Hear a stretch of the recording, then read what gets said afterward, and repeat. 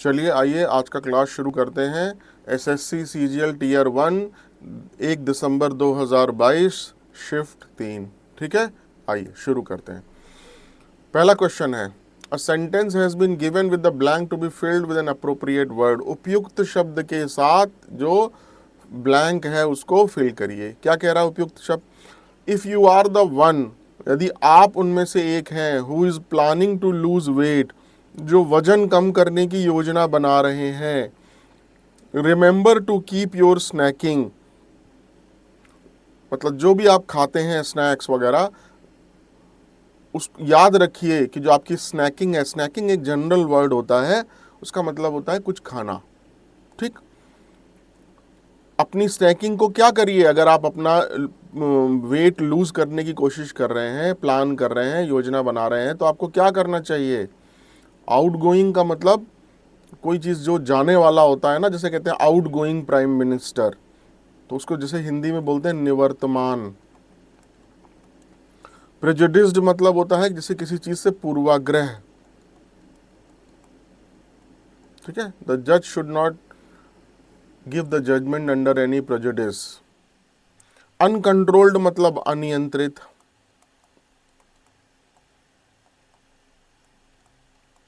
और मॉडरेट मतलब मध्यम। तो अगर आप अपना वेट लूज करना चाहते हैं तो आपको याद रखना चाहिए कि अपनी जो आपकी स्नैकिंग है, यानी आप जो भी खाते रहते हैं, उसको क्या करना चाहिए? उसको मॉडरेट रखना चाहिए, मध्यम रखना चाहिए। ज़्यादा अगर खाएंगे आप तो आपका वेट लूज नहीं होगा। तो पहले का आंसर क्या हो गया? मॉडरेट। ठीक है, क्वेश्चन नंबर 2। क्वेश्चन नंबर 2 क्या कह रहा है कि जो गिवन सेंटेंस है उसको पार्ट्स में डिवाइड किया है, आपको वो पार्ट बताना है जिसमें एरर हो। ठीक, the child was gazing longingly at the toy.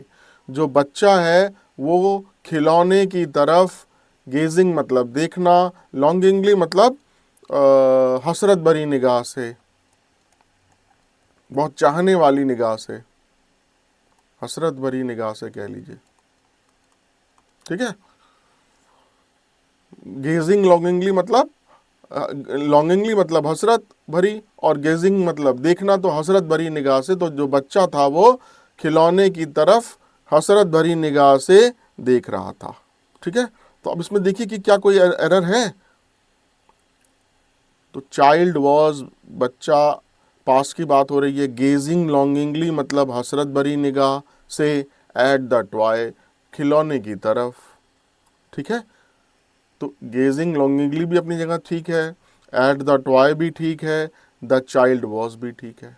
ठीक है, तो आंसर क्या हो गया? No error. ठीक है, चलिए अगला क्वेश्चन करते हैं। अगला क्वेश्चन क्या कह रहा है? तो हमेशा ना एक एक सेकंड के लिए आप लोग पॉज कर लिया करिए, 2 4 10 15 सेकंड के लिए, और देखिए कि क्या आंसर होगा। उसके बाद फिर प्ले बटन दबाइए और ये वीडियो देखिए। ये है सही तरीका सुनने का। ठीक है, चलिए अगला क्वेश्चन क्या कह रहा है? अगला क्वेश्चन कह रहा है the planets are dash around the sun. जो ग्रह हैं वो सूर्य के चारों तरफ क्या करते हैं? रिवॉल्व। रिवॉल्व मतलब होता है घूमना। सर्कलिंग जैसा कोई वर्ड नहीं होता इंग्लिश में। रोटेट मतलब भी घूमना। राउंडिंग भी कोई वैलिड वर्ड नहीं है। ठीक है, रिवॉल्व मतलब होता है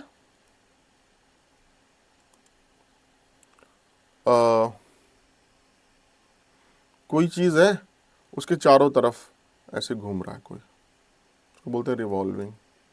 रोटेटिंग मतलब होता है कोई चीज है जो अपनी ही एक्सिस पे ऐसे घूम रही, खुद ही घूम रही है। ठीक है ना, जैसे आप सपोज कोई गिलास रखा है, उसको आप हाथ से पकड़ के घुमाने लगे अपनी ही जगह पे, जबकि वो अपने सेम जगह पर है लेकिन वो खुद ही घूम रहा है, उसकी डायरेक्शन चेंज हो रही है, तो उसको बोलेंगे रिवॉल्व, सॉरी उसको बोलेंगे रोटेट।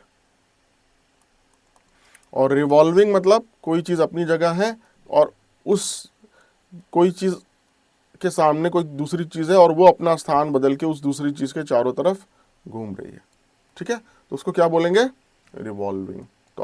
तो जो प्लैनेट्स हैं वो सूर्य के चारों तरफ क्या करते हैं, रिवॉल्व करते हैं, घूमते हैं। आगे बढ़ते हैं। David rectify the sentence by selecting the correct spelling of the underlined word. ये कह रहे हैं कि जो ये अंडरलाइंड वर्ड दिया हुआ है इसकी स्पेलिंग को करेक्ट करिए, ठीक है, ये जो अंडरलाइन वर्ड दिया है इसकी स्पेलिंग को करेक्ट करिए। David was put off by the gleaming eyes in the dark. David was put off मतलब डेविड को विचलित कर दिया, किसने, gleaming eyes in the dark, उन आंखों ने जो अंधेरे में थी, ठीक। अब यहां पे क्या होना चाहिए, अब यहां पर होना चाहिए ग्लीमिंग। बिल्कुल समझ में आ रहा है, क्यों, क्योंकि अंधेरे में चमकती आंखों ने, ग्लीमिंग मतलब होता है चमकती, चमकती आंखों ने, या अंधेरे में चमकती आंखों ने डेविड को पुट ऑफ कर दिया, मतलब विचलित कर दिया, घबरा गया। तो इसकी जगह ये कोई वर्ड नहीं होता, ये कोई वर्ड नहीं होता, ये कोई वर्ड नहीं होता, सही क्या होता है, ग्लीमिंग। सही क्या होता है, ग्लीमिंग, ठीक है। तो जिसे सेंटेंस में कैसे यूज कर सकते हैं कि the freshly polished car was gleaming in the sunlight। Gleaming मतलब चमकना, सनलाइट मतलब सूरज की रोशनी में। जो कार जिसको फ्रेशली पॉलिश, जिसको अभी अभी पॉलिश किया गया था, वो सूरज की रोशनी में क्या कर रही थी, ग्लीमिंग मतलब चमक रही थी,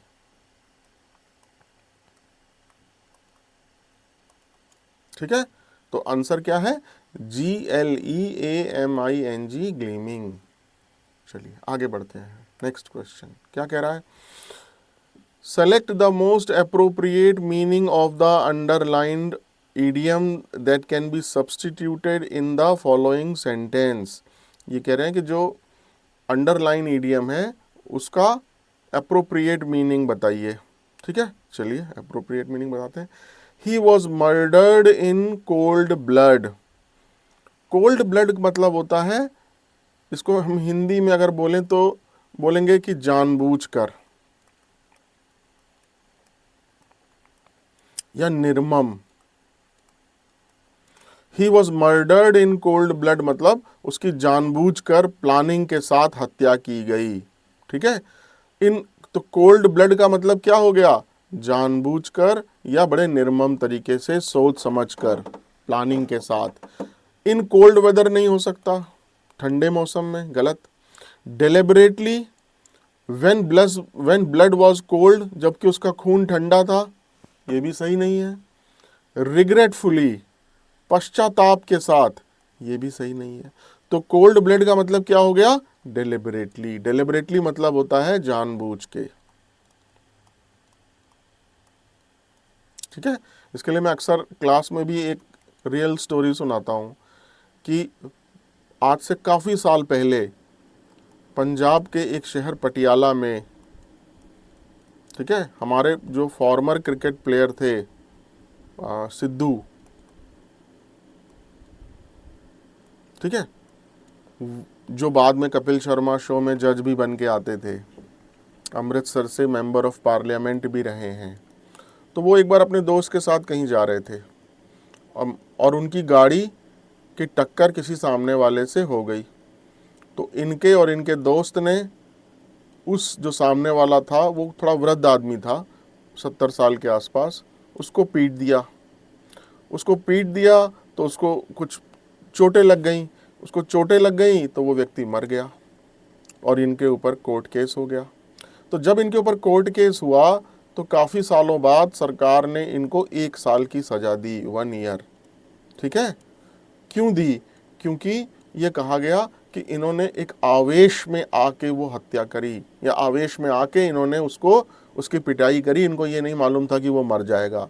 ये सोच समझ के हथियार लेके घर से प्लानिंग के साथ नहीं निकले थे। ठीक है, तो जज ने अपने जजमेंट में क्या कहा? It was not a cold blooded murder, it was not a cold blooded murder. ये डिलिबरेटली मतलब जानबूझ के किया गया एक मर्डर नहीं था। ठीक, चलिए आगे बढ़ते हैं। Question number 6। क्वेश्चन नंबर 6 ये कह रहा है कि जो इनकरेक्टली स्पेल्ड वर्ड है उसको बताओ। ठीक है, SLAUGHTER, स्लॉटर। स्लॉटर मतलब होता है वध करना। ठीक है, तो जहां पर जानवरों को मारा जाता है उसको बोलते हैं स्लॉटर हाउस। उसके बाद है क्रॉपिंग, CROPPING। ठीक है, क्रॉपिंग मतलब होता है किसी चीज को काटना, किसी पिक्चर को हम क्रॉप करते हैं। टायरेनिकल मतलब होता है कि जिसे बोलते हैं क्रूर या बहुत ही अत्याचारी। ठीक है, जैसे मैं आपको एग्जाम्पल से बताता हूं कि शी टायरेनिकली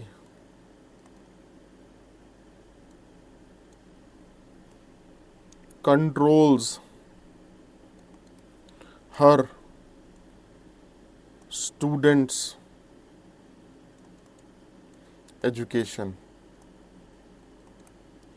वो अपने छात्रों की शिक्षा को बहुत ही क्रूर तरीके से कंट्रोल करती है। ठीक है, she tyrannically controls her students education. तो टायरेनिकली मतलब क्या हो गया? क्रूर या अत्याचार तरीके से। ठीक है, और टायरेनिकल मतलब हो गया क्रूर या अत्याचारी। ठीक, अब अगला हमारे पास बचा, तो इसमें भी कहीं कोई गलती नहीं है, ये भी सही है, ये भी सही है, ये भी सही है, स्पेलिंग में कोई दिक्कत नहीं। दिक्कत कहाँ है? दिक्कत है इस वर्ड में। ठीक है, इसकी सही स्पेलिंग क्या होनी चाहिए? TRAFFICKING,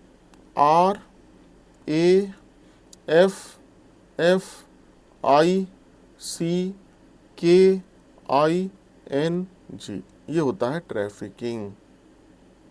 ठीक है, और इस ट्रैफिकिंग का मतलब क्या होता है? इस ट्रैफिकिंग का मतलब से आपने सुना होगा ह्यूमन ट्रैफिकिंग, मतलब किसी भी चीज को इलीगल वे में एक जगह से दूसरी जगह मूव कराना without rules and regulation, illegal way में, उसको बोलते हैं ट्रैफिकिंग। ठीक है, ह्यूमन ट्रैफिकिंग का मतलब होता है कि लोगों को एक जगह से दूसरे जगह ले जाना, नौकरी का लालच देके, और मतलब इलीगल तरीके से या गलत तरीके से। ठीक, तो ये हो गया। चलिए आइए अगला करते हैं क्वेश्चन। Question number 7। मैं आपको कुछ सेकंड का समय देता हूँ, इसको देखिए, तब तक मैं भी पानी पी लेता हूँ। ठीक है,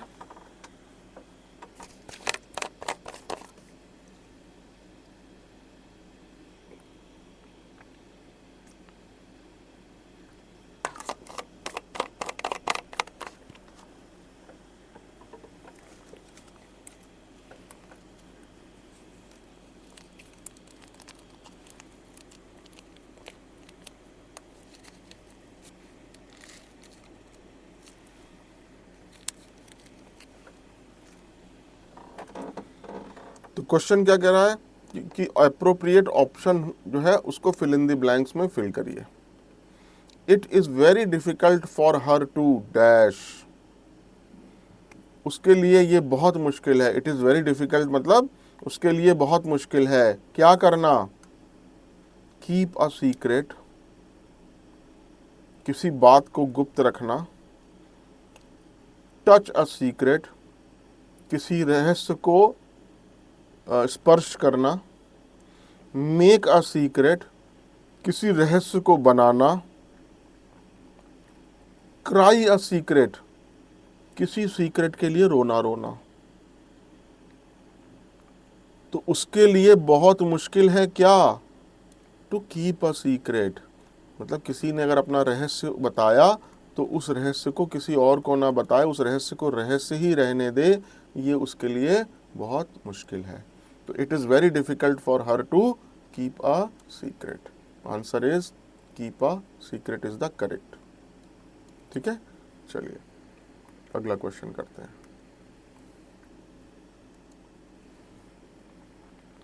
अगला क्वेश्चन क्या है? Choose the correct meaning of the given idiom. जो गिवन ईडियम है उसका करेक्ट मीनिंग देखिए। बैग एंड बैगेज, तो बैग एंड बैगेज मतलब जैसे बैग और सामान ऐसे बोल सकते हैं। इसका करेक्ट ईडियम का मतलब क्या होता है? करेक्ट ईडियम इसका हिंदी में मतलब होता है अपना पूरा सामान लेके या अपनी पूरी बिलोंगिंग लेके। ठीक है। द लैंडलॉर्ड, मकान मालिक, asked him to leave his house with bag and baggage। जो लैंडलॉर्ड था, मकान मालिक था, उसने उसको कहा कि उसका घर खाली कर दे अपने संपूर्ण सामान के साथ। ठीक है। बैग एंड बैगेज का पहला क्या हो गया? With burden. बर्डन मतलब बोझ के साथ। विदाउट एनी एम मतलब बिना किसी लक्ष्य के।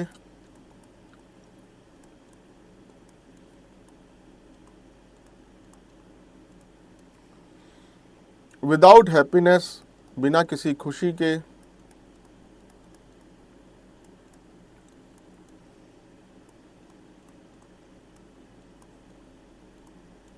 With all of one's possession अपनी सारी संपत्ति के साथ।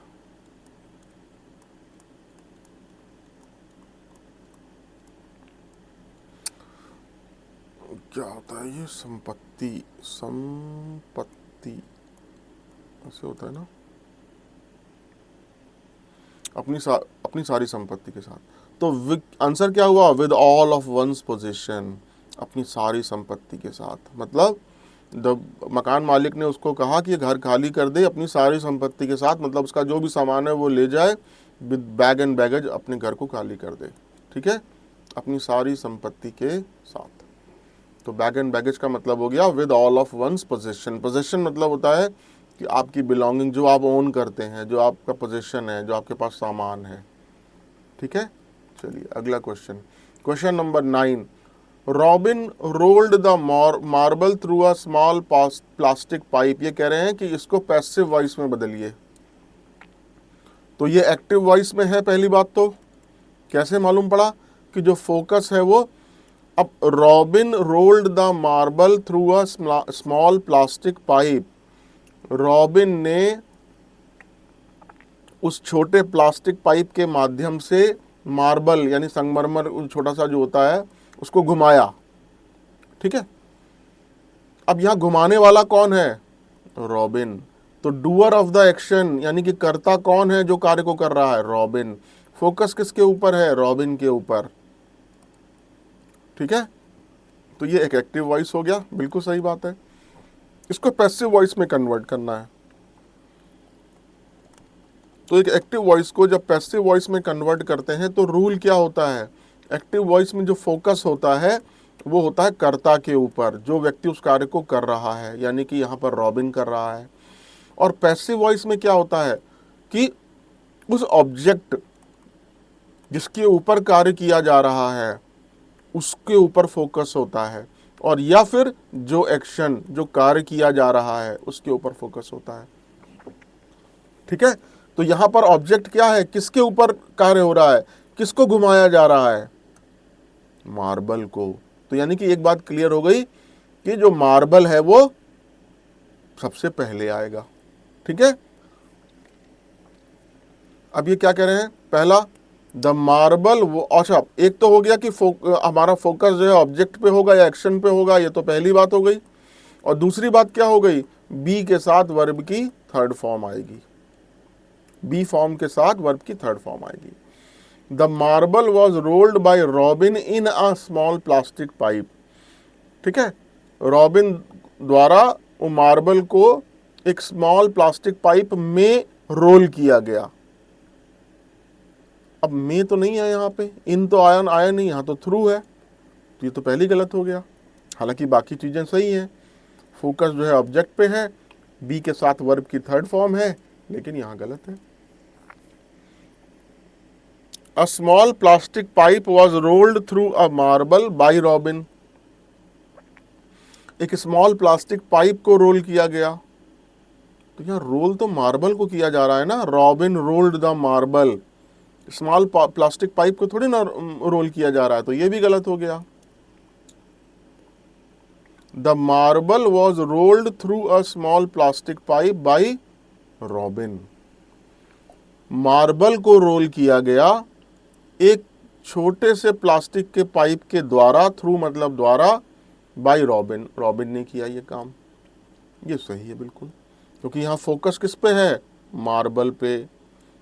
ठीक, ऑब्जेक्ट पे। देखिए मैंने बताया था पैसिव वॉइस में फोकस होता है।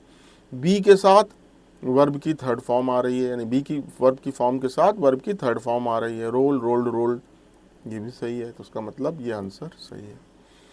फोर्थ क्या कह रहा है, the marble through a small plastic pipe was rolled by robin. Robin के द्वारा एक स्मॉल प्लास्टिक पाइप, ये थोड़ा कंफ्यूजन पैदा कर रहा है कि यहाँ मार्बल को रोल किया गया है या प्लास्टिक पाइप को रोल किया गया है। तो कभी भी कंफ्यूजन वाले सेंटेंस को मत राइट करिए जब ऑलरेडी एक सेंटेंस क्लियर आपको बात बता रहा है कि मार्बल को रोल किया गया, यहाँ भी मार्बल को ही रोल किया गया एक प्लास्टिक के पाइप के द्वारा, through a small plastic pipe by robin, robin ने किया ये काम। तो क्वेश्चन नंबर 9 का आंसर नंबर 3 बिल्कुल सही है। ठीक है, चलिए आगे बढ़ते हैं। क्वेश्चन नंबर 10 क्या कह रहे हैं, रीअरेंज करना है करेक्ट ऑर्डर में। कर देते हैं रीअरेंज। PQRS का क्वेश्चन है ये। क्या कह रहा है PQRS का क्वेश्चन, कि माइकल होल्डिंग जो कि 20 years has finally drawn curtains on commentary panel for more than was a member of the Sky Sports, his stint behind the microphone।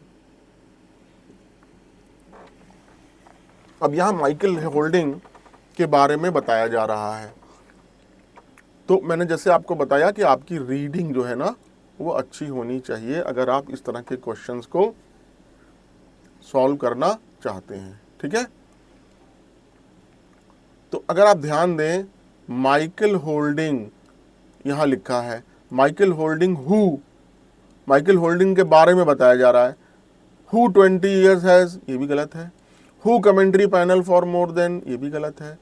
Who was a member of the sky sports, ये सही लग रहा है कि Michael holding जो कि एक sky sports जो चैनल है उसका मेंबर है। ठीक है, तो यानी कि हमें एक बात क्लियर हो गई कि हमारा सेंटेंस आर से शुरू होगा।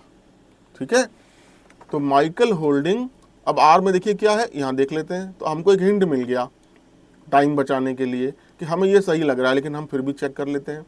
Michael holding who was a member of the sky sports commentary panel for more than, ये बिल्कुल सही लग रहा है। Sky sports commentary panel, sky sports की कमेंट्री पैनल का जो मेंबर था, फॉर मोर देन 20 years, 20 साल से ज्यादा, has finally drawn curtains on, उसने आखिरकार पर्दा हटा दिया, मतलब आखिरकार रिजाइन कर दिया, on his stint behind the microphone. Microphone के पीछे, स्टिंट मतलब होता है कार्यकाल। ठीक है, माइक्रोफोन के पीछे उनका कार्यकाल, मतलब माइक्रोफोन के पीछे एक मैच में कौन बैठता है, कमेंट्री पैनल, जो कमेंटेटर होता है। तो Michael holding who was a member of the sky sports, Michael holding जो कि स्काई स्पोर्ट्स का एक मेंबर था, स्काई स्पोर्ट्स कमेंट्री पैनल का, जो कि फॉर मोर देन 20 years, 20 साल से ज्यादा, has finally drawn curtains on, उसने फाइनली रिजाइन कर दिया, on his stint behind the microphone, microphone के पीछे का जो उनका कार्यकाल था वहां से रिजाइन कर दिया या वो समाप्त कर दिया अपना कार्यकाल। ठीक है, तो आर से शुरू होगा, आर के बाद क्यू, क्यू के बाद पी और पी के बाद S. That is the correct. तो आगे हमें पढ़ने की जरूरत नहीं है क्योंकि हमें बिल्कुल ये सही लग गया है। तो इजी वैसे बहुत, लेकिन जब हमने पहले ये देख लिया कि ये सेंटेंस आर से शुरू हो रहा है तो हमने इसी आंसर को फॉलो किया, और जब हमने देखा इस आंसर को फॉलो किया तो हमने देखा कि ये बिल्कुल सही बैठ रहा है। ठीक है, चलिए अगला क्वेश्चन करते हैं, क्वेश्चन नंबर 11। ये भी क्या है कि logical order of the sentences में इन पैराग्राफ को बताना है। तो यानी कि क्वेश्चन किसका हो गया, again P Q R S का। ठीक है, आइए समझते हैं। पहला सेंटेंस क्या कह रहा है, we are naturally social creatures. Naturally मतलब स्वाभाविक रूप से, सोशल क्रिएचर्स मतलब सामाजिक प्राणी। हम स्वाभाविक रूप से एक सामाजिक प्राणी हैं। A bit of solitude, solitude मतलब होता है एकांत, थोड़ा सा एकांत। As every one from Thoreau to Proust have written about, ये दोनों लेखक हैं इसलिए इससे घबराने की बात नहीं है। जैसा कि सबने, थोरियू से लेके प्रोस्ट ने लिखा है इसके बारे में, is one of our most powerful tools for disconnecting and recharging.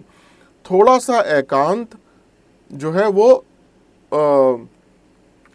One of our most powerful tool है, सबसे शक्तिशाली उपकरणों में से, टूल्स में से एक है, डिस्कनेक्ट करने के लिए, अपने आप को थोड़ा सा हटाने के लिए और रिचार्ज करने के लिए। ठीक है, अपने आप को डिस्कनेक्ट करने के लिए और रिचार्ज करने के लिए ये मौजूद उपकरणों में से एक सबसे ज़्यादा पावरफुल उपकरण है। कौन सा, क्या, अ बिट ऑफ सॉलिट्यूड, थोड़ा सा एकांत।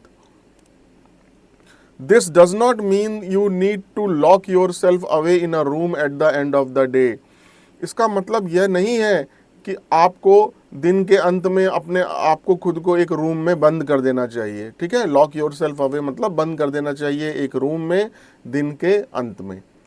हालांकि all that time with people takes it toll, हालांकि पूरा वो समय जो लोगों के साथ बिताया होता है वो आपके ऊपर असर डालता है। टेक्स इट टोल का मतलब आपके ऊपर असर डालता है। ठीक है, अब यहाँ से अगर आप ध्यान दें तो एक बात क्लियर है कि दिस डज नॉट मीन, किसी चीज़ के बारे में बता रहे हैं इसका मतलब आर से शुरू नहीं होगा। How ever all that time, यद्यपि कोई बात आप कह रहे हैं और उसका थोड़ा सा विरोधाभास कहना है तो आप हाउ एवर लगाते हैं, हालांकि लगाते हैं, यद्यपि लगाते हैं, यहाँ से भी शुरू नहीं होगा।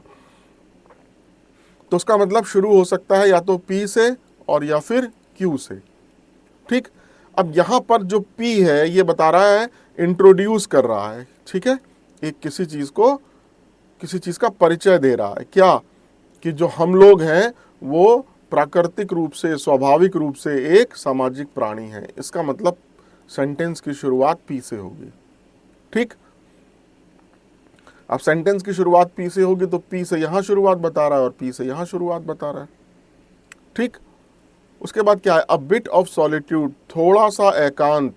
As every one from Thoreau to Proust have written about. अब यहां इन्होंने स्वाभाविक रूप से सामाजिक प्राणी है इसको इंट्रोड्यूस किया, और यहां पर क्या हो रहा है, एकदम से एक और चीज को इंट्रोड्यूस कर दे रहे हैं, ए बिट ऑफ सॉलिट्यूड को। ठीक, लेकिन अगर आप यहां देखें तो जो एस है ना, ये आपको इसका थोड़ा सा विरोधाभास बता रहा है। वो क्या कह रहा है कि हम लोग स्वाभाविक रूप से एक सामाजिक प्राणी हैं, यद्यपि all that time with people takes it toll, हालांकि लोगों के साथ सारा बिताया हुआ समय हमारे ऊपर असर डालता है। ठीक है, तो पी के बाद क्या होगा, एस। क्यों, क्योंकि ये इंट्रोडक्शन हुआ और ये इसका विरोधाभास बता रहा है। एक चीज के बाद इमीडिएटली जनरली दूसरी बात का इंट्रोडक्शन नहीं देते हैं। ठीक है, तो यानी कि हमें ये ज़्यादा सही लग रहा है। हम आगे भी चेक करेंगे अपनी बात को कंफर्म करने के लिए। क्यों क्या कह रहे हैं, तो अब इन्होंने पहले कहा कि हमारा स्वाभाविक रूप से सामाजिक प्राणी है, फिर इन्होंने क्या किया कि हालांकि सबके साथ बिताया हुआ समय हमारे ऊपर प्रभाव डालता है, थोड़ा सा एकांत, जैसा कि थोरू से लेके प्रोस्ट ने लिखा है, हमारा one of the most powerful tool है, एक सबसे ज़्यादा शक्तिशाली टूल में से एक है, डिस्कनेक्ट करने के लिए और रिचार्ज करने के लिए। तो बिल्कुल सही लग रहा है। ठीक, कि जो थोड़ा सा एकांत है वो हमारे लिए जरूरी है। दो लेखकों ने भी, यहां से लेके यहां, लेखकों ने भी यही बोला है कि वो डिस्कनेक्ट करने के लिए और रिचार्ज करने के लिए एक पावरफुल टूल है। ठीक, अब हमारा लास्ट क्या बचता है, आर। आर क्या कह रहा है, दिस डज नॉट मीन, इसका मतलब ये नहीं है कि you need to lock yourself. तो यानी कि थोड़ा सा एकांत तो जरूरी है, लेकिन इसका मतलब ये नहीं है कि तुम अपने आप को एक रूम में लॉक कर लो at the end of the day. दिन के अंत होने पर तुम अपने आप को एक रूम में लॉक कर लो। बिल्कुल सही है। तो यानी कि पी के बाद एस, एस के बाद क्यू, क्यू के बाद आर, बिल्कुल सही बैठ रहा है। ठीक है, तो हमारा आंसर क्या हो गया, क्वेश्चन नंबर 11 का आंसर हो गया 4th। ठीक,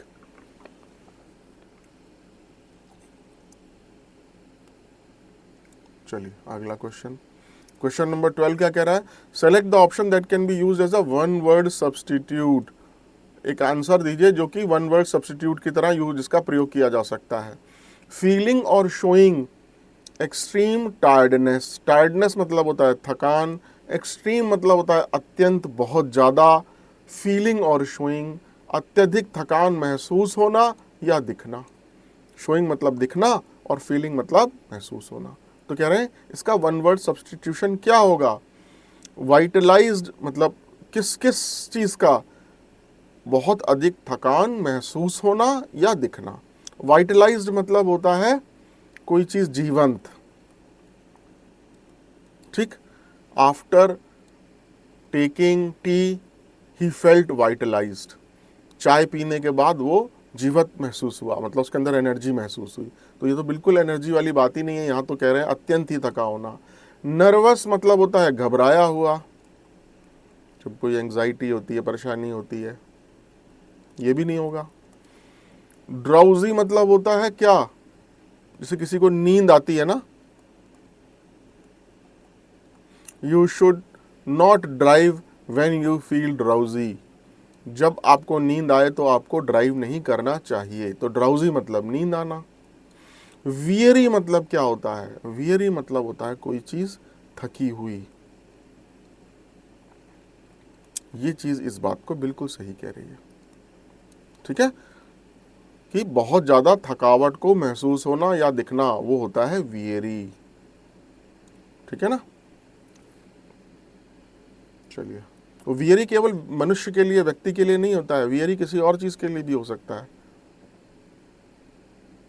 जैसे आई चेंज्ड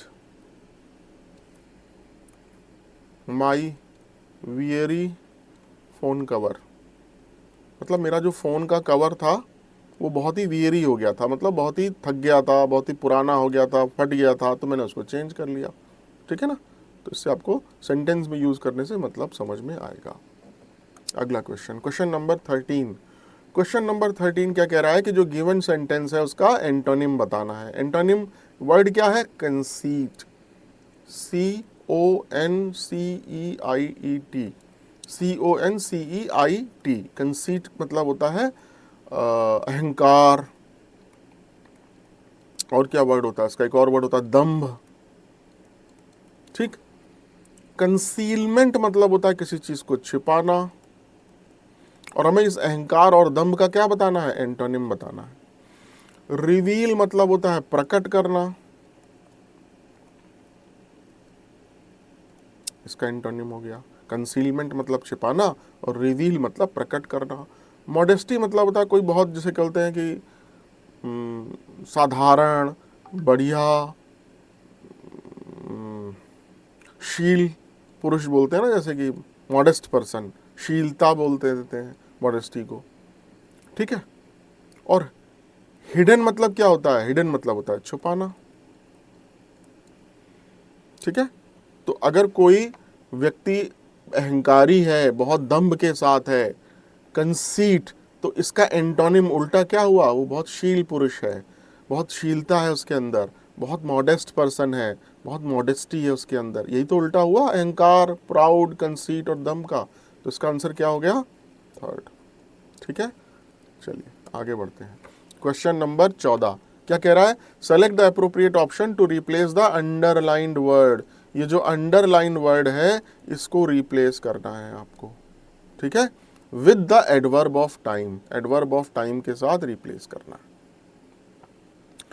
तो I went to Paris regularly का मतलब मैं नियमित रूप से पेरिस गया था। ठीक है। अब ट्वाइस मतलब हो गया 2 बार। तो आपको ये जो रेगुलरली अंडरलाइन वर्ड दिया है इसको रिप्लेस करना, इन चारों में से क्या सही होगा। ऑफन मतलब होता है अक्सर। यस्टरडे मतलब कल। हैप्पीली मतलब खुशी से। ठीक है। तो उपयुक्त इन चारों में से आपको कौन होगा। रेगुलरली मतलब होता है लगातार या नियमित रूप से। तो नियमित रूप से अगर आप कह रहे हैं तो आप क्या कहोगे, I often went to Paris, मैं पेरिस अक्सर ही जाता था। तो यहाँ ट्वाइस नहीं हो सकता, कल नहीं हो सकता, खुशी से नहीं हो सकता, तो बेस्ट एडवर्ब ऑफ टाइम क्या हो गया, ऑफन। ऑफन मतलब होता है अक्सर। ठीक। चलिए अगला question 15। Select the most appropriate antonym of the given word casual. ठीक है। कैजुअल मतलब होता है अनौपचारिक। जैसे casual dress is not allowed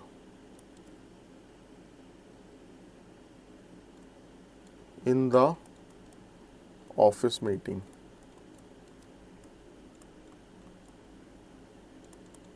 ठीक है। कैजुअल ड्रेस मतलब क्या होता है, जैसे जीन्स, टी शर्ट, इस तरह की जो ड्रेस होती है उसको बोलते हैं अनौपचारिक। ठीक है, जो औपचारिक ना हो। तो क्या कह रहे हैं, ऑफिस की मीटिंग में अलाउड नहीं है जीन्स टी शर्ट पहन के जाना। ठीक है। तो कैजुअल का मतलब अनौपचारिक। स्पिरिचुअल का मतलब क्या होता है, आध्यात्मिक। तो हिंदी थोड़ी सी मेरी ऐसे ही है, थोड़ा माफ करिएगा। पर्सनल व्यक्तिगत। ठीक है। फॉर्मल औपचारिक। ट्रेडिशनल का मतलब होता है पारंपरिक। तो अगर कोई चीज कैजुअल है, अनौपचारिक है, तो फॉर्मल क्या हो गया, औपचारिक। तो अगर हम लिखा है कि कैजुअल ड्रेस को मैं बोल रहा हूं टी शर्ट, जीन्स वगैरह, तो औपचारिक क्या हो गया, जैसे सूट, कोट, पैंट, टाई, वो हो गया औपचारिक ड्रेस। ठीक है। तो कैजुअल का एंटोनिम बताना है, उल्टा बताना है, तो क्या हो गया, फॉर्मल, औपचारिक। क्लियर। चलिए अगला क्वेश्चन करते हैं। Choose the option that can substitute the underline segment correctly and complete the meaning of the sentence. Underline जो सेगमेंट है उसको सब्सटीट्यूट करे, विस्थापित करे और सेंटेंस का मीनिंग कंप्लीट करे। ठीक है। Navika is a superb and impressive child in her class. ये कह रहे हैं कि नविका जो है वो अपने क्लास में एक बहुत ही अच्छी, सुपर्ब और इम्प्रेसिव है। ठीक है। तो सुपर्ब और इम्प्रेसिव का, सुपर्ब का मतलब हो गया जैसे शानदार, और इम्प्रेसिव का मतलब जैसे हो गया इम्प्रेशन डालना, प्रभावशाली। तो नाविका जो है वो अपने क्लास की एक बहुत ही शानदार और प्रभावशाली बच्ची है। ठीक है, चाइल्ड है। अब ये इसका आंसर कह रहे हैं कि क्या होगा, स्प्लेंडिड। स्प्लेंडिड मतलब होता है शानदार। ठीक। और ब्रिलियंट मतलब क्या होता है, ब्रिलियंट मतलब भी शानदार होता है, बढ़िया, खूबियों से लदा हुआ। डेजलिंग मतलब होता है चकाचौंध। There was a dazzling fireworks in his marriage. उसकी मैरिज में एक बहुत ही चकाचौंध भरी आतिशबाजी थी। विविड मतलब होता है कि ज्वलंत, याद रखने वाला। I have a vivid memory of my childhood. मुझे अपने बचपन की ज्वलंत याद है। अब बात ये आ गई कि सुपर्ब एंड इम्प्रेसिव में जो चकाचौंध नहीं हो सकता, ज्वलंत नहीं हो सकता, स्प्लेंडिड और ब्रिलियंट, ये दोनों सही लग रहे हैं। अब इन दोनों में से तो आंसर तो एक ही होगा, आइए समझते हैं।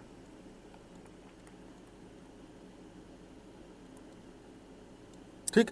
अब जो स्प्लेंडेड है ना, ये जो स्प्लेंडेड है ये यूज किया जाता है जनरली नॉन ह्यूमन बीइंग के लिए, मतलब मानव के लिए यूज नहीं करते इसको जनरली। ठीक है, जैसे एग्जाम्पल कि we all had a splendid time, LEN, splendid time at our nani ji house. ठीक, हम सब ने अपने नानी जी के घर पे एक बहुत ही शानदार समय बिताया। ठीक, तो जब टाइम की बात हो रही है तो हमने क्या लिखा, स्प्लेंडेड, शानदार। और जो ब्रिलियंट होता है ना, उसका मतलब भी शानदार, बहुत बढ़िया होता है, लेकिन जो ब्रिलियंट है ये ह्यूमन बीइंग के लिए, मानव के लिए यूज किया जाता है। ठीक है, मानव के लिए भी यूज किया जाता है और वस्तुओं के लिए भी यूज किया जाता है। तो यहां पर किसके लिए बात हो रही है, चाइल्ड की बात हो रही है ना, कि Navika is a superb and impressive child in her class.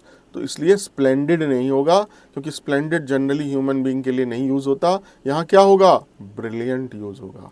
ठीक है, तो Navika is a brilliant child in her class, this is correct. तो आंसर क्या हो गया क्वेश्चन नंबर 16 का, ब्रिलियंट। आइए आते हैं अगले क्वेश्चन पे। क्वेश्चन नंबर 17 क्या कह रहा है कि she asked me why I had been smoking that day. उसने मुझसे पूछा कि मैं उस दिन धूम्रपान क्यों कर रहा था।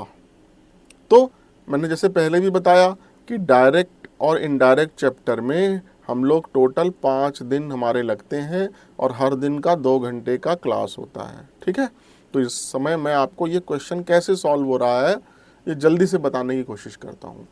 क्योंकि लिखा है आस्क्ड मी, इसका मतलब एक बात समझ में आ गई कि वो प्रश्नात्मक सेंटेंस की बात हो रही है। तो लास्ट में क्या आएगा, क्वेश्चन मार्क आएगा। क्यों, क्योंकि आस्क्ड की बात हो गई।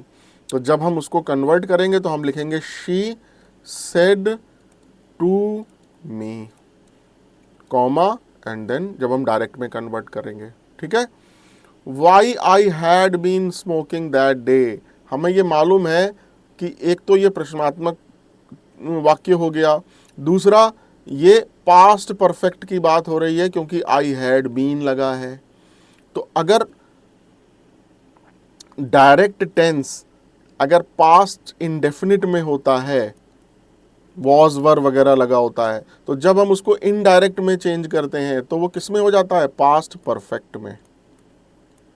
ठीक है, अब हमें दिया है ये और हमें बनाना है ये, तो इसका मतलब हमारा पास जो डायरेक्ट सेंटेंस होगा वो क्या होना चाहिए, वो पास्ट इंडेफिनिट होना चाहिए।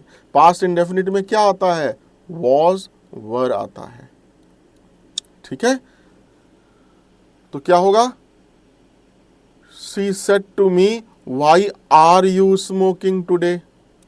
अब जब दैट डे है तो टुडे है, ये ठीक है। क्यों, क्योंकि अगर टुडे है किसी डायरेक्ट सेंटेंस में तो वो इनडायरेक्ट सेंटेंस में दैट डे बन जाता है।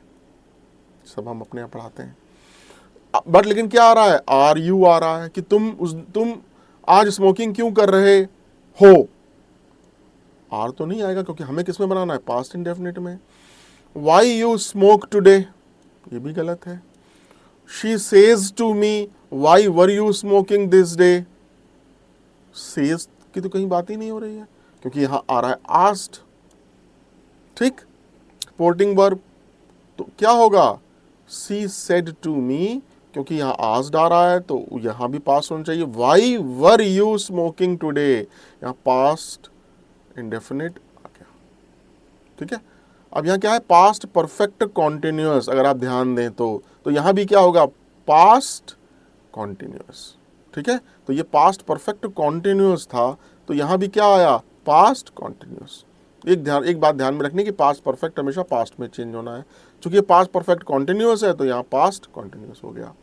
तो why I had been smoking that day, she asked me why were you smoking today, that day से पहले टुडे आ गया। ठीक है, तो आंसर क्या हो गया, फर्स्ट। तो she said to me why were you smoking today, today का दैट डे हो जाता है। क्लियर? चलिए अगला क्वेश्चन नंबर 18। क्वेश्चन नंबर 18 क्या कह रहे हैं कि हमको अप्रोप्रिएट सिनोनिम बताना है जो दिया हुआ शब्द है ट्रांजिएंट। ट्रांजिएंट का मतलब होता है क्षणिक, ठीक है, क्षणिक मतलब जो कि परमानेंट ना हो, परमानेंट ना हो, ठीक है। ट्रांसफॉर्म मतलब होता है परिवर्तन, टेम्परेरी मतलब होता है अस्थाई, ट्रांसमिट मतलब होता है किसी चीज को भेजना, को प्रेषण भी बोलते हैं हिंदी में, और ट्रैप का मतलब क्या होता है, कोई जाल बिछाना या जाल, ठीक है। तो जो ट्रांजिएंट है, जो परमानेंट नहीं है, उसका सिनोनिम क्या होगा, उसका सिनोनिम होगा टेम्परेरी, अस्थाई, ठीक है। तो ट्रांजिएंट का सिनोनिम क्या हो गया, परिवर्तन हो नहीं सकता, भेजना प्रेषण हो नहीं सकता, जाल हो नहीं सकता, बचा क्या, टेम्परेरी। और टेम्परेरी का मतलब होता है अस्थाई।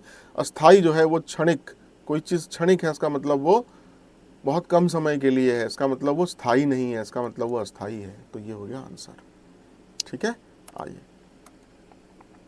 Question number 19। Select the correct passive form of the given sentence. The manager explained the latest assignment to Lana. Manager ने या प्रबंधक ने लाना को जो नया कार्यभार था, जो नया असाइनमेंट था, वो एक्सप्लेन किया, ठीक है।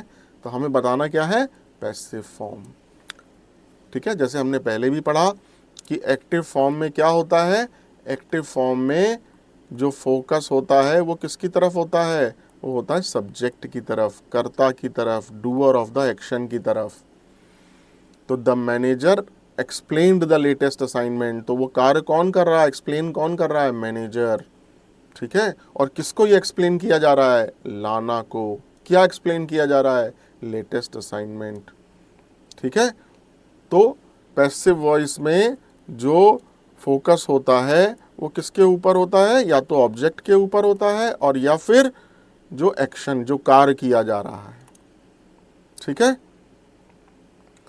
और हमारा जो एक्टिव पैसिव में टेंस चेंज नहीं होता, ये ध्यान रखना है, ये आपको ध्यान रखना है कि ये डिफरेंस होता है डायरेक्ट इनडायरेक्ट में। डायरेक्ट इनडायरेक्ट में टेंस चेंज होता है, एक्टिव पैसिव में टेंस चेंज नहीं होता। तो हमारा यहाँ कार्य क्या हो रहा है, द लेटेस्ट असाइनमेंट को एक्सप्लेन किया जा रहा है। तो हम यहाँ क्या लिखेंगे, द लेटेस्ट असाइनमेंट। अब टेंस यहाँ क्या है, एक्सप्लेन किया गया था, वर्ब की सेकंड फॉर्म आई है ना, तो पास्ट इंडेफिनिट में ये सेंटेंस है, ठीक है। अब ये देखिए यहाँ लिखा हैड एक्सप्लेन्ड, ये भी नहीं हो सकता क्योंकि पास्ट परफेक्ट हो गया। हैड बीन एक्सप्लेन्ड, ये भी नहीं हो सकता क्योंकि ये भी पास्ट परफेक्ट हो गया। ये है हैड बीन एक्सप्लेन, तो यहाँ तो पहली बात तो एक्सप्लेन ही गलत है, एक्सप्लेन होना चाहिए, ये भी गलत हो गया। क्यों, क्योंकि टेंस चेंज नहीं होता। और यहाँ है सेकेंड फॉर्म पास्ट इंडेफिनिट, तो ये भी पास्ट इंडेफिनिट में ही होना चाहिए जो एक्टिव फॉर्म है। तो द लेटेस्ट जो पैसिव फॉर्म है, the latest assignment was explained to Lana, ठीक है। और अब जो हमारा ऑब्जेक्ट है वो पीछे ले आएंगे, बाय द मैनेजर। तो हमारा ये जो पैसिव वॉइस में एक्शन के ऊपर फोकस है, ये देखिए the latest assignment was explained, ये हमारा एक्शन हो गया और सब्जेक्ट बाद में आ गया, फोकस हट गया। और दूसरी इंपॉर्टेंट बात कि बी के साथ वर्ब की थर्ड फॉर्म आती है पैसिव बनाते समय, वॉज, देखिए बी की फॉर्म है और उसके बाद एक्सप्लेन्ड आ गया। तो हमारा इसका मतलब आंसर क्या हो गया, फर्स्ट। और कैसे बना हमने ये भी सीख लिया, ठीक है। चलिए अगला क्वेश्चन करते हैं। अगला क्वेश्चन क्या कह रहा है, select the most appropriate antonym of the word fertile in the given sentence. कह रहा है ये जो गिवन सेंटेंस है इसमें जो फर्टाइल वर्ड है उसका एंटोनिम निकालना है। तो सबसे पहले तो फर्टाइल का मतलब क्या होता है, हम लोग बोलते हैं ना fertile land, Bihar has a lot of fertile land. तो वीट मतलब गेहूं, wheat is grown in which kind of land, rich, wet, barren and fecund. ठीक है, फर्टाइल का मतलब होता है उपजाऊ, जहां पे खूब चीजें डालने पे उग जाएं। ठीक है, तो ये कह रहे हैं कि गेहूं किस प्रकार की भूमि में उगाया जाता है। रिच मतलब बहुत ही समृद्ध जो भूमि होती है, वेट मतलब गीली भूमि, बैरन मतलब बंजर भूमि, और फेकेंड मतलब उपजाऊ भूमि। तो रिच मतलब समृद्ध, वेट मतलब गीली, बैरन मतलब बंजर, और फेकेंड मतलब उपजाऊ। ठीक, तो फर्टाइल का मतलब है उपजाऊ, और इसका मतलब भी है उपजाऊ। और हमें निकालना क्या है, ये ध्यान रखिएगा हमेशा, निकालना है एंटोनिम, उल्टा।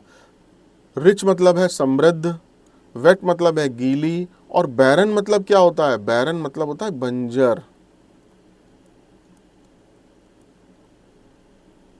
ठीक है, there is a lot of barren land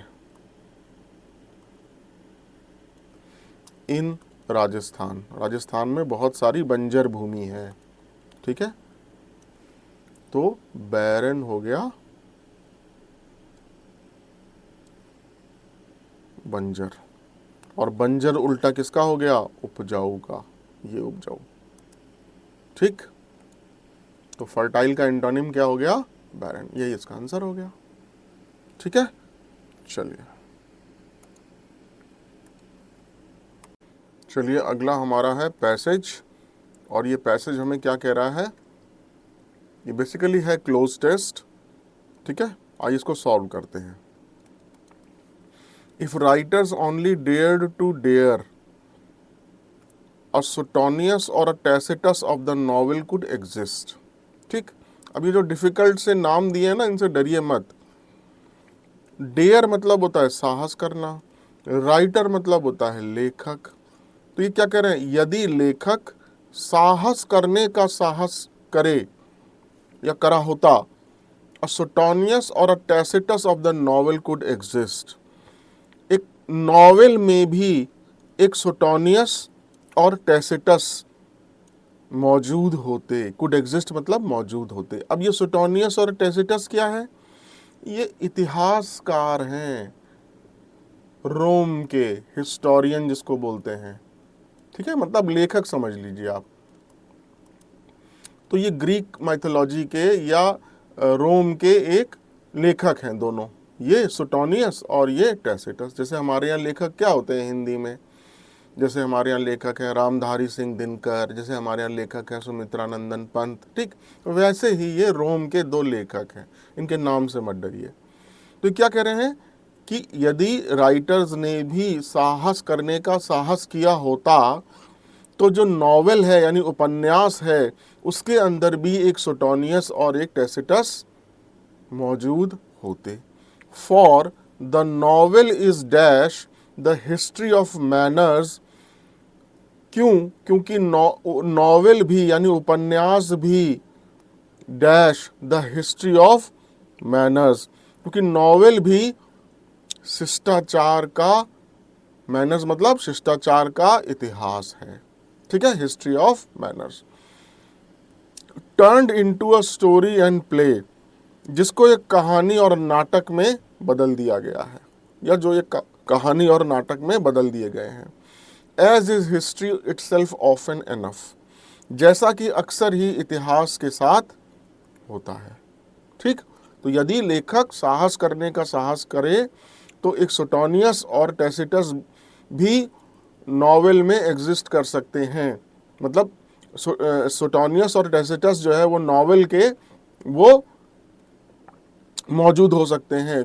क्यों, क्योंकि नॉवेल भी जो है वो शिष्टाचार का इतिहास है, जिसको कि स्टोरी और प्ले में, एक कहानी और एक नाटक में बदल दिया गया है, जैसा कि अक्सर हिस्ट्री के साथ होता है। ठीक, तो for the novel is dash the history of manners. पहला क्वेश्चन देखते हैं क्या कह रहा है।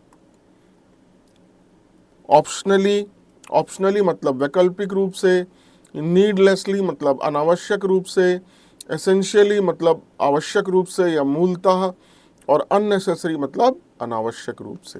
तो यहां तुलना कर रहे हैं नॉवेल की हिस्ट्री के साथ, ठीक है, एक उपन्यास की एक इतिहास के साथ। तो कह रहे हैं कि novel is dash the history of manner, novel जो है वो इतिहास, शिष्टाचार का इतिहास होता है। क्या होता है? आवश्यक रूप से, मूलता। तो यहां क्या आएगा? एसेंशियली। ठीक है, आगे बढ़ते हैं। And there is no other dash than this, that the one novel cloaks its manner dash the disguise of invented characters. ठीक, और ये कह रहे हैं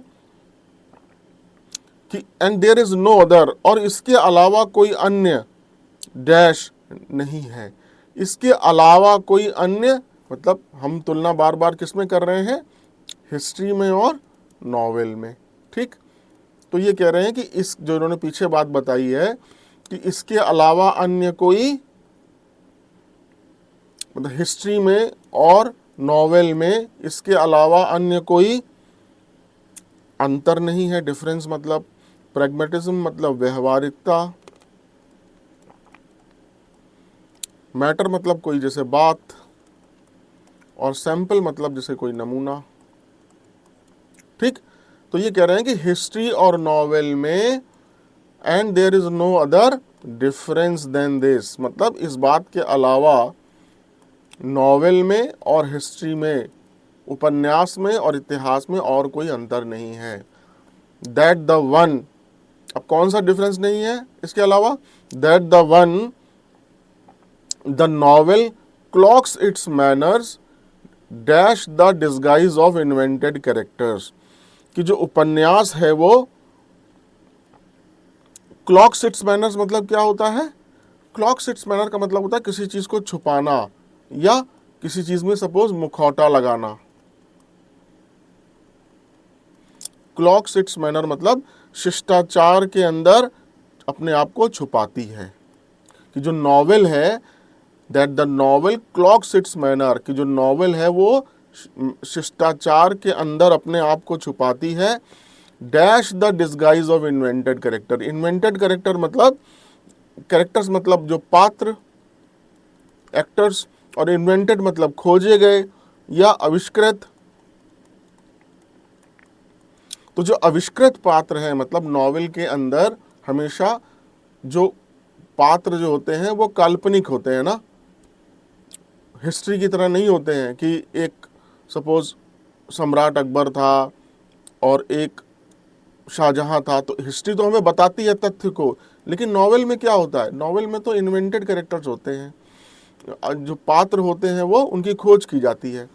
तो ये कह रहे हैं कि जो नॉवेल है वो शिष्टाचार के अंदर या शिष्टाचार का मुखौटा लगाती है under the disguise of invented characters. अब मुझे मालूम नहीं है उधर क्या आंसर दिया है, लेकिन मुझे ये मालूम है कि इंग्लिश रीडिंग से कि इन्वेंटेड कैरेक्टर्स के डिस्गाइज मतलब किसी चीज का छुपाना। जैसे बोलते हैं कि अंडर द डिस्गाइज ऑफ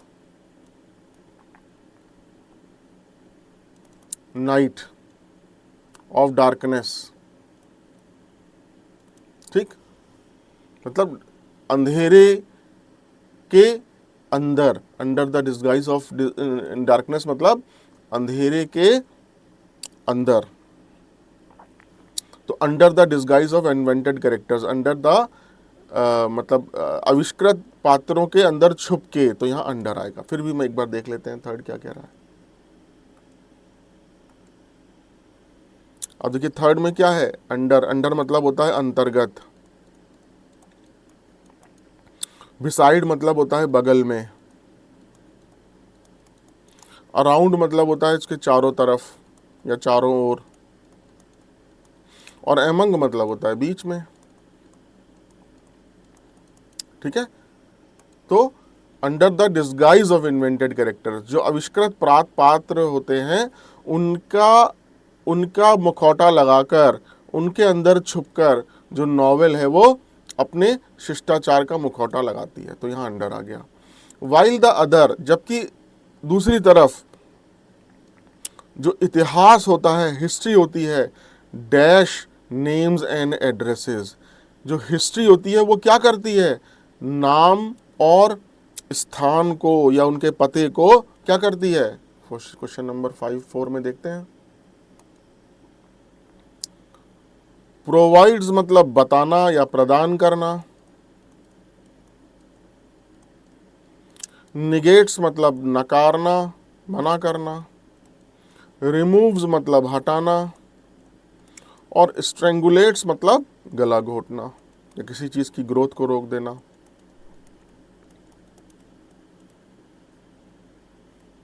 किसी चीज की आगे बढ़ने से रोकना भी बोलते हैं।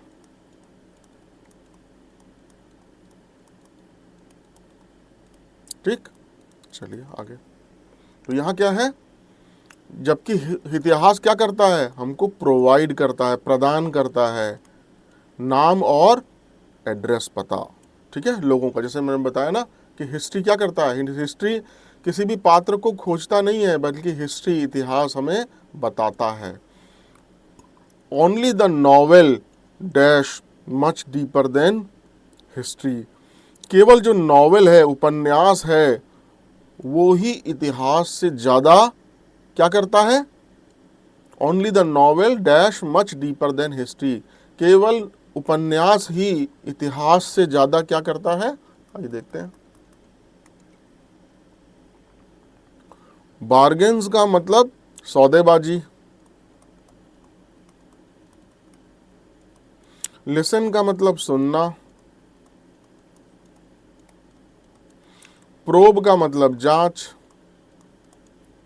और इम्बाइब का मतलब किसी चीज को आत्मसात करना। इम्बाइब द क्वालिटी मतलब उसकी विशेषताओं को आत्मसात किया, ठीक है।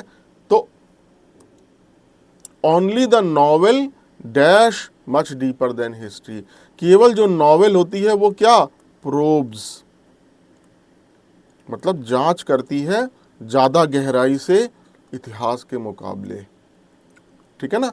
नॉवेल क्या बताती है, अगर किसी कैरेक्टर के बारे में बता रही है, सपोज कोई कैरेक्टर है रमेश, तो रमेश के बारे में ज़्यादा प्रोब करेगी, रमेश का व्यवहार कैसा है, रमेश दिखने में कैसा लगता है, ठीक। जबकि इतिहास जो है वो क्या करता है, नाम बताता है और पता बताता है, ठीक है। तो ये हमारा हो गया एक पैसेज, ठीक है। तो इस तरीके से हमने आज अपने इस पैसेज में, जो कि हमारा 1 दिसंबर 2022 को शिफ्ट 3 में पूछा गया था, उसको हमने आसानी से कर लिया और उसका मतलब भी समझ लिया, ठीक है। तो अगर आपको कहीं भी कोई कॉम्प्रिहेंशन या कोई भी पैसेज ऐसा दिखाई पड़े जो देखने में, सुनने में थोड़ा सा कठिन लग रहा हो, तो उससे घबराइए मत। अगर आपका मैं 1 मिनट में आपको और बताऊं, तो यहाँ पर देखिए, नॉवेल, उपन्यास और इतिहास, इन दोनों चीज़ों के बीच में कंपैरिजन कर रहा है लेखक, और कुछ नहीं कर रहा है। क्या कर रहा है, तुलना कर रहा है इन दोनों के बीच में। और क्या बता रहा है कि जो है कि जो नॉवेल है वो अपने मतलब आपको जो है किसी आवरण में छुपा लेती है, जबकि हिस्ट्री नहीं ऐसा करती, ठीक है। हिस्ट्री केवल नाम और पता बताती है, जबकि नॉवेल अपने जो पात्र होती है उनको और ज़्यादा प्रोब करती है और ज़्यादा जांच करती है, ठीक। तो केवल इन दोनों के बीच का अंतर बताने की बात हुई है, ठीक है। चलिए, तो आज हम अपना सेशन यहाँ फिनिश करते हैं। आशा है आपको आज के सेशन से काफ़ी फ़ायदा पहुँचा होगा, और अब हम अगला जो क्लास होगा उसमें 1 दिसंबर 2022 के नेक्स्ट शिफ्ट की क्लास लेंगे, ठीक है। चलिए, थैंक यू सो मच।